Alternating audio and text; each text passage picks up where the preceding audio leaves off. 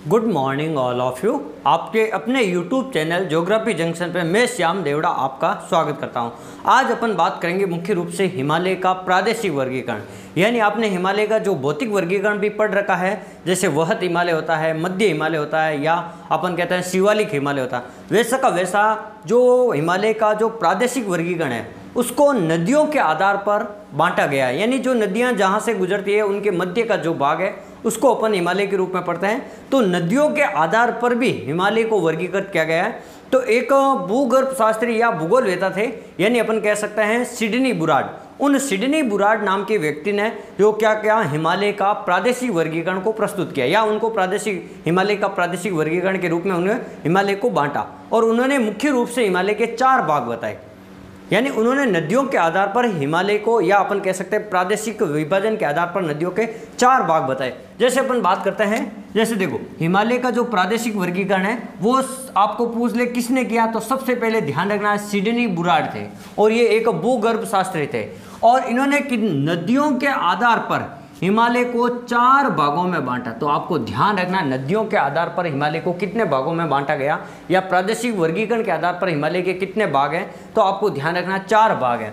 और इनका वर्गीकरण करने वाले थे सिडनी बुराड। अब हिमालय का किस प्रकार से 4 भाग है, जैसे मान लो ये आपका हिमालय है, इसको आपने जैसे सबसे इधर जो नदी है ये वाली, यहाँ से नदी निकलती है, ये एक नदी है आपकी सिंधु नदी, और सिंधु नदी के बाद में है सतलज नदी, और सतलज के बाद में एक नदी आती है काली नदी, काली नदी के बाद में एक नदी चलती है तीस्ता नदी, और तीस्ता नदी के बाद में एक नदी चलती है आपकी ब्रह्मपुत्र नदी।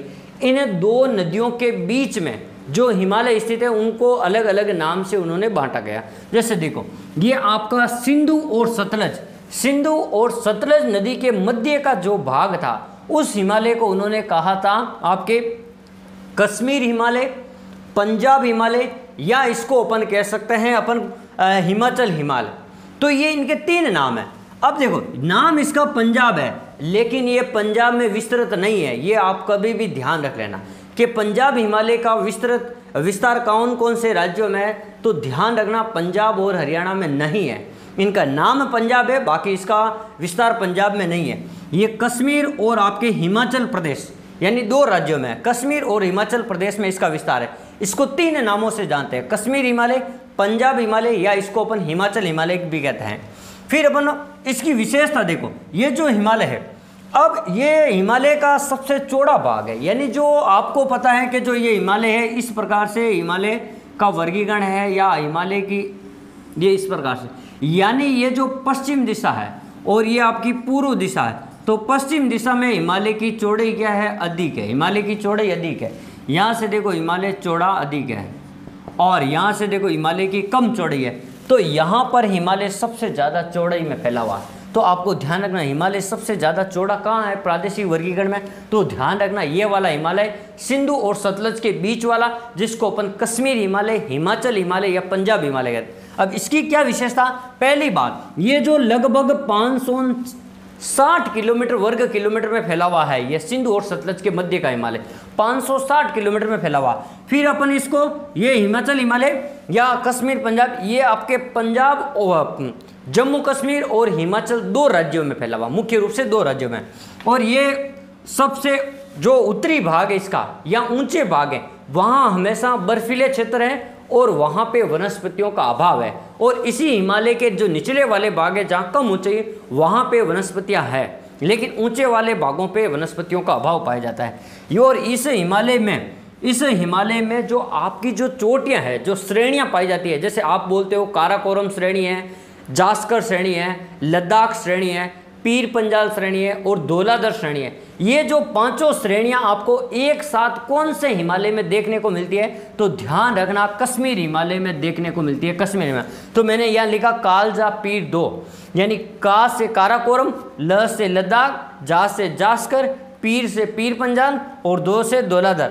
ये सभी 5 श्रेणियां एक साथ कौन से हिमालय में देखने को मिलती है, तो कश्मीर या पंजाब हिमालय में देखने को मिलती है। फिर अपन बात करते हैं, देखो सतलज और काली के जो मध्य का जो क्षेत्र है, इस हिमालय को कहते हैं अपन कुमायूं हिमालय।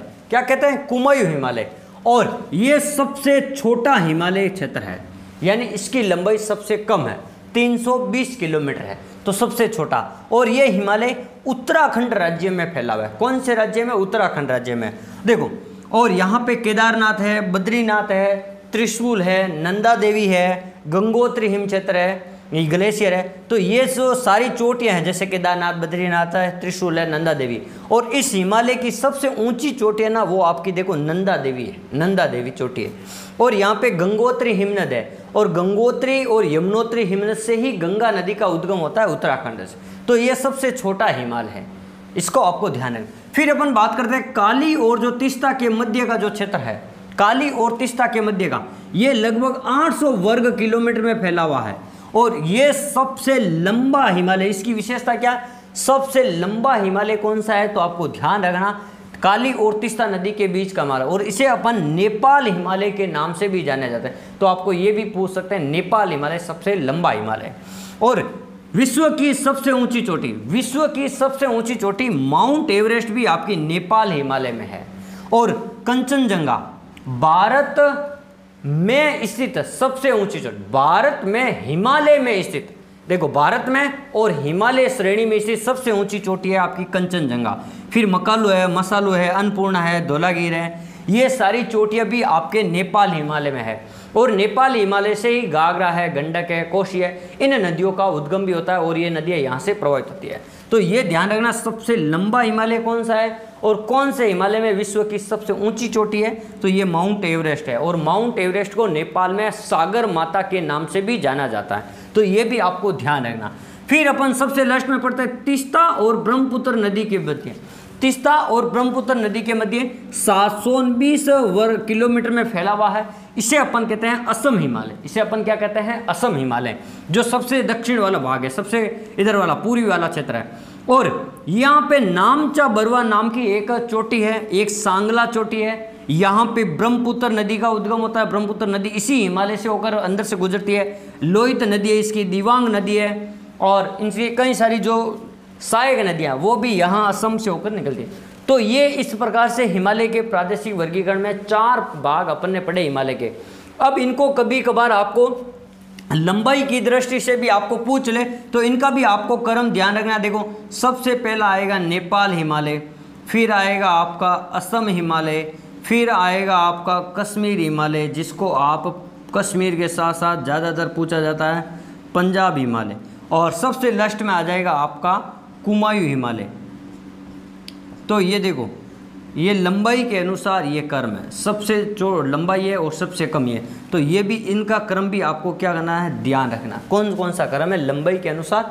आपको सबसे पूछे प्रादेशिक हिमालय में सबसे चौड़ा हिमालय कौन सा? तो आपको ध्यान रखना कश्मीर हिमालय है। सबसे लंबा हिमालय कौन सा? नेपाल हिमालय। सबसे छोटा हिमालय कौन सा? तो आपको ध्यान रखना कुमायूं हिमालय।